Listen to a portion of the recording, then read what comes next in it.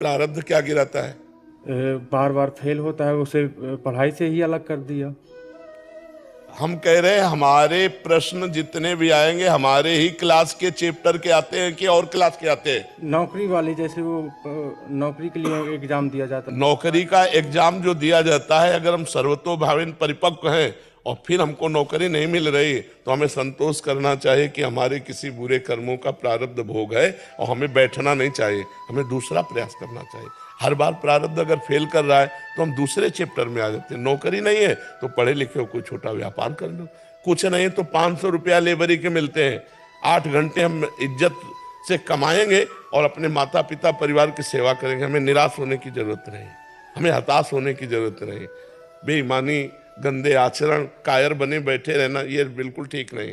Rickshaw चलाते हैं, 500 1000 रुपया दिन में कमा लेते हैं, अपने परिवार का पोषण करते हैं, इनमें कोई बेइज्जती की थोड़ी बात है। अपने परिवार को सम्मान पूर्वक हम खवा पिया रहे हैं। हम चलो, हमारा बुरा प्रारब्ध, नौकरी नहीं मिल रही, हम नहीं बन पा रहे हैं डीएम, तो हमें जरूरी थोड़ी कि डीएमए बन के हमारा जीवन चलेगा, हम एक लेबर बन के भी जीवन। और एक आदमी अगर उद्योगशील है, प्रयत्नशील है, तो लेबर से आगे बढ़ता चला जाएगा, आगे बढ़ता चला जाएगा। आप निश्चित मानिए 100 रुपये के व्यापार से आदमी अरबपति बन जाएगा, पर धीरे धीरे धीरे धीरे क्रमशः करते करते ऐसे।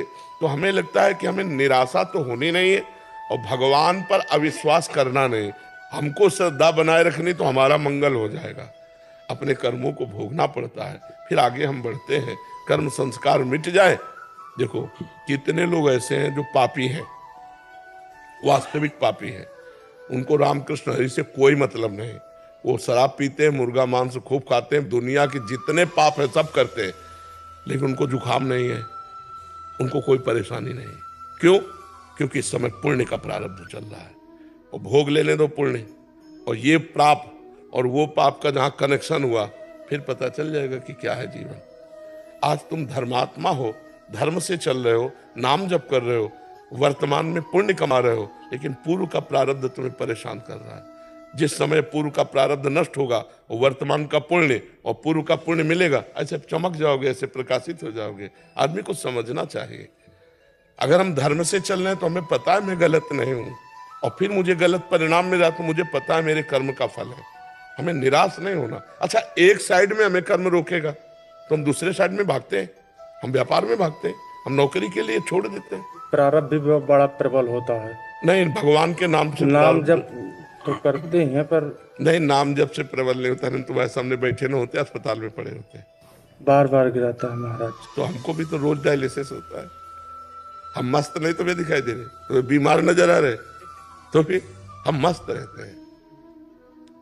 जो प्यारो करे सोई मोहि भावे। तो भगवान के भरोसे रहो और नाम जप करो तो अच्छा, हम वही हैं, कई कई दिन भोजन नहीं पाया, कई दिन भोजन नहीं। तुम अगर हमारी बात सुनोगे तो तुम्हें विश्वास नहीं होगा, बालू खाई है, गंगा जी की बालू, भूख से व्याकुल हो गए तो ऐसे बालू उठाए, उसके जो शंख के टूटे टूटे होते हैं वो फेंका, ऐसे 4-5 अंजलियों गंगा जल पिया, कुछ है ही नहीं। तो महाराज जी, उस समय आपने ये नहीं सोचा कि भगवान तो देख ही रहे हैं कि हम भूखे हैं, तो इतना कठोर? अरे हम भगवान के देखने के चक्कर में थे, ये भगवान हमें देख रहे हैं, सोचने की जगह नहीं थी। अरे हम तो भगवान